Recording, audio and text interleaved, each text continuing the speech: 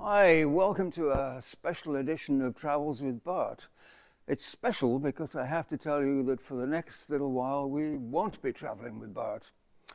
Here's the thing. Yesterday, Anna and I were out looking for possible places to make new episodes when Bert's dash warning lights decided it must be Christmas.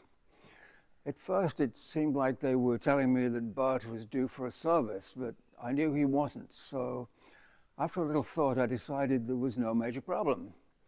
But then the oil warning light came on, and that can be serious.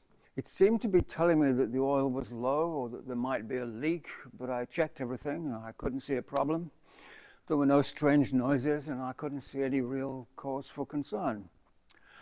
But I've checked more carefully today and it seems that the problem could be more serious. It seems that the oil pressure could be low due to a faulty oil pump. And after some Googling and schmoogling, I've discovered that the oil pump is a problem component on this model of Ford Ranger.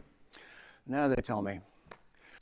But given that there's no indication that oil pressure is low, there are no strange noises and the engine hasn't seized, I suspect it's just a faulty sensor. I'm currently waiting for a diagnostic tool to arrive so that I can investigate further.